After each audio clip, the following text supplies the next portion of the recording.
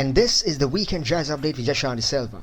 On this week's episode, it's about Joe Armon-Jones, his life and times and best hits. Joe Armon-Jones is primarily a keyboardist. His music combines dub, hip-hop, funk, soul and jazz. He's played alongside notable groups in London like the Ezra Collective, alongside acclaimed vocalist Nubia Garcia and more. His music is very laid-back and full of soulful grooves. Joe Armon-Jones was also the founder of the jazz band the Ezra Collective. He's got a flourishing solo career, also has collaborated and performed alongside other artists like Nubia Garcia and Theon Cross. So Joe Armon-Jones' playing style on keyboard has several inspirations. Herbie Hancock and Patrice Rushen's influences created his groovy funky style, while his light touch and lyrical playing was inspired by Oscar Peterson. Some great albums by Joe Armon-Jones and his group, Archetype. This one was released in 2024 and was famous for its genre-blending mix of music. Wrong Side of Town, an electronic play that was performed alongside Nubia Garcia, Hack Baker, Luke Winter and others. Another series of albums called the All the Quiet Part 1 and 2, dedicated to his style of mingling various genres, featuring jazz, dubstep, electronic and hip-hop and more. In 2019, Armon-Jones won an award for Session of the Year at the Giles Peterson's Worldwide Awards. He was also nominated for the second year in a row as UK Act of the Year at the Jazz FM Awards. So that was a bit of insight into the life and times and best hits of Joe Armon-Jones. More details coming up. Also coming up, some trending album news. Stay tuned to the Weekend Jazz Update with Yashanti Silva to find out more. We'll be right back after some music. And this is the Weekend Jazz Update with Yashanti Silva. On this week's episode, it's about Joe Armon-Jones, his life and times and best hits. During this hour, we're going to be talking about his biography. Joe Armon-Jones is central to the jazz scene in the UK. He's also into hip-hop, EDM and a whole host of other genres. Joe Armon-Jones was also the founder of the jazz band the Ezra Collective. He's got a flourishing solo career, also has collaborated and performed alongside other artists like Nubia Garcia and Theon Cross. He started out in 2016. Joe Armon-Jones' playing style on keyboard has several inspirations. His light touch and lyrical playing was inspired by Oscar Peterson. He's most famous for his All the Quiet album series. The first was released in March 2025, the second's due to be released in June this year. Armon-Jones grew up around a family of musicians. He was born in Oxfordshire in 1994. His parents had a music group of their own. His mother was a vocalist and his father a pianist. He was a child prodigy. He learned the piano at just age 7 and was soon performing in gigs.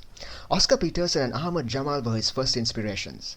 Over time, he also absorbed the styles of Chick Corea. His compositional style is derived from Korea's own, and his tendency to mingle various genres was inspired by Herbie Hancock and The Weather Report. In 2016, he graduated with a degree in music with a focus on jazz piano. At the time, he'd already been a pivotal force in the London music scene, and the same year he joined the band the Ezra Collective. The Ezra Collective were a widely influential group that shaped the sound of jazz, funk, dub, Afrobeat and hip-hop. He also toured and performed alongside artists like Oscar Jerome and Daniel Casimir. He was the keyboardist on Nubia Garcia's acclaimed album Nubia's 5. Ezra Collective's most popular album was Juan Pablo the Philosopher, which was released in 2018.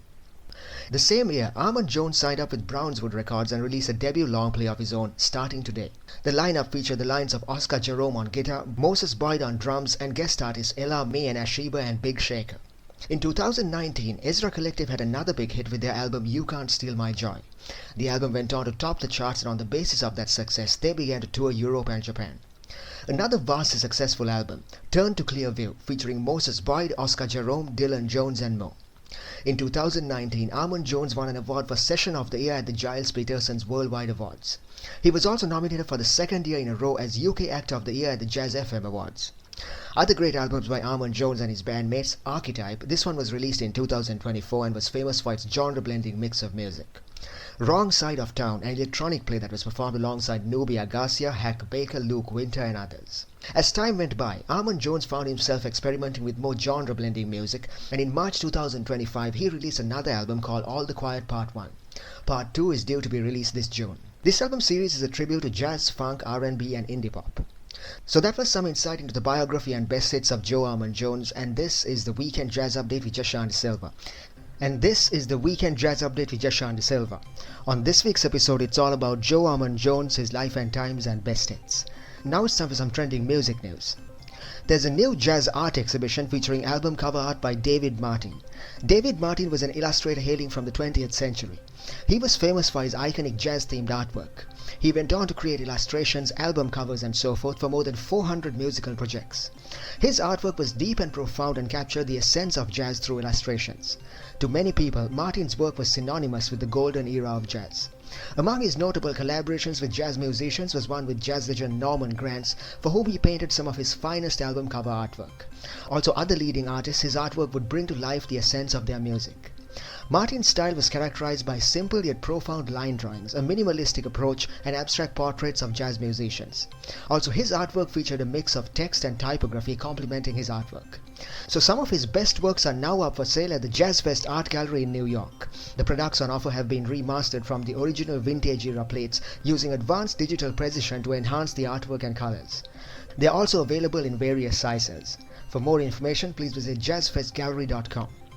So that was some trending music news on the Weekend Jazz Update with Jashanti Silva. We are going for a short break. We'll be right back after that. When we come back, we're going to be talking about some of Joe Armon-Jones' best albums of all time. On this week's episode, it's about Joe Armon-Jones, his life and times and best hits. During this hour, we're going to be talking about some of his best albums of all time. Here's a quick recap of what's coming up. The first one's called Starting Today. So in 2018, there was a series of revolutionary albums that appeared on the British jazz scene. This was one of them. The album peaked on the charts upon release. This one's a great fusion album blending jazz, fusion, hip-hop and dub. It's also a tribute to Jones' compositional skills. Nubia Garcia and Dylan Jones make a guest appearance on the tracks. Another album called Turn to Clear View. In this album, Armon-Jones is leading a star-class group featuring the likes of Dylan Jones, Moses Boyd and more. In this album, Jones is experimenting with electronic and jazz mixes. There's some great guest musicians like Dylan Jones and Nubia Garcia make an appearance. Another album called All the Quiet Part 1. So Joe Armon-Jones is famous for his laid-back groovy style. On this album, we see him performing alongside his bandmates from the Ezra Collective, James Molson's on sax alongside Nubia Garcia and so forth. There's also some great duets between Armon-Jones and rapper Goya Gambani. Guest singer Ashiba appears on the track Kingfisher. Overall, this album is full of dancing piano melodies and soulful grooves. And this is the Weekend Jazz Update with Jashanti Silva. On this week's episode, it's about Joe Armon-Jones, his life and times and best hits. During this hour, we're going to be talking about some of his best albums of all time. The first one's called Turn to Clear View. So Joe Armon-Jones is a major figure in the London jazz scene. He's toured and performed alongside other great jazz artists like Nubia Garcia and so forth. His debut album was released in 2018. It was called Starting Today and it peaked on the charts upon release. In that album, Armon-Jones is leading a star-class group featuring the likes of Dylan Jones, Moses Boyd and a lot of others. So the album Turn to Clear View is very similar in terms of music and lineup. Also, prior to these albums, there were others in like style like You Can't Steal My Joy and a collaboration album alongside Blinker Golden. So in these albums, Armon-Jones and his group are seeking to reconfigure traditional jazz melodies. This album's different. In this album, Jones is experimenting with electronic jazz and fusion. Interesting anecdote about the music. Jones said he just spent a few days writing the tunes, but spent months overdubbing and re-editing the music. Also, there's two great vocalists, a rapper Jayst and singer Obong Jaya. They make an appearance on two tracks. Also, Georgia Ann Mulgrew, another legendary vocalist, sings on another track. There's also Nubia Garcia on saxophone and Dylan Jones on trumpet. Their music adds a great backdrop to 8 tracks. There's also 3 solo pieces by both Garcia and Jones. So here's a peek into some of the tracks on the album: Try Walk With Me, Yellow Dandelion, Self Love and others. Another album called Starting Today. So it was 2018 and London was awash with great jazz albums featuring up-and-coming stars like Joe Armon-Jones and his Ezra Collective group. Most of the trending albums were rooted in a desire to reconfigure existing jazz norms, the music, part traditional, part innovation. Also, the music in these albums typically are inspired by British, North American and African and Caribbean influences. So this outpouring of albums was part of a new movement that British jazz hadn't seen for decades. Some of the albums, 8 Scenes from the Floor, The Returns and so forth.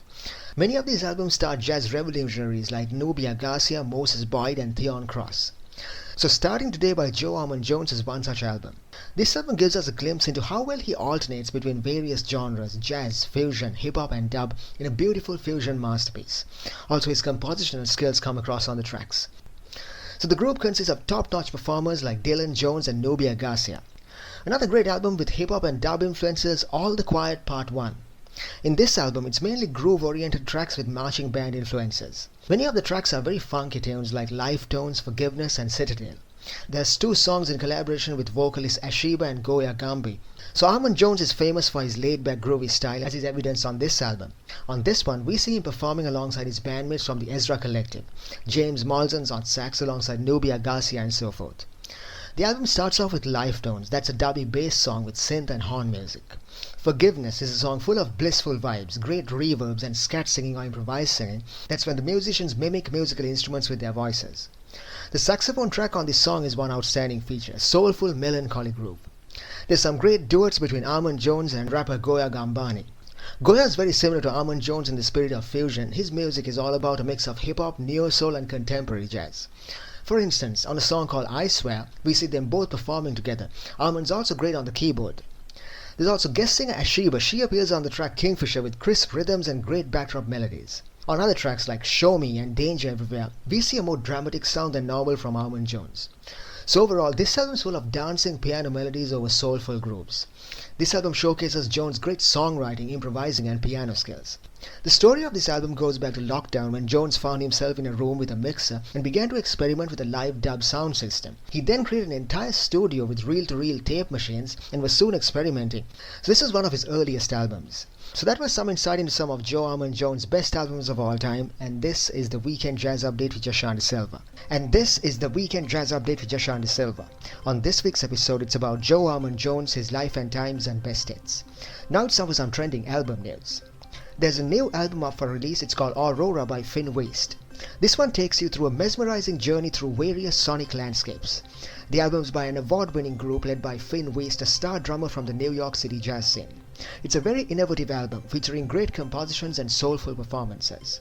Finn's famous for his dynamic rhythms, improvisations and expressive style.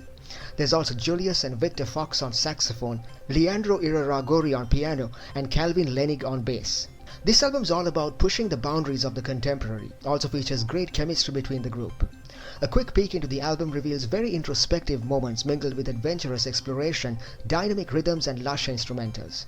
The album's available for purchase on all streaming platforms. For more information, please visit finweast.com. So that was some trending album news on the Weekend Jazz Update with Joshua De Silva. We're going for a short break. We'll be right back after that. When we come back, we're going to be talking about more of Joe Armon-Jones' best albums of all time. Stay tuned.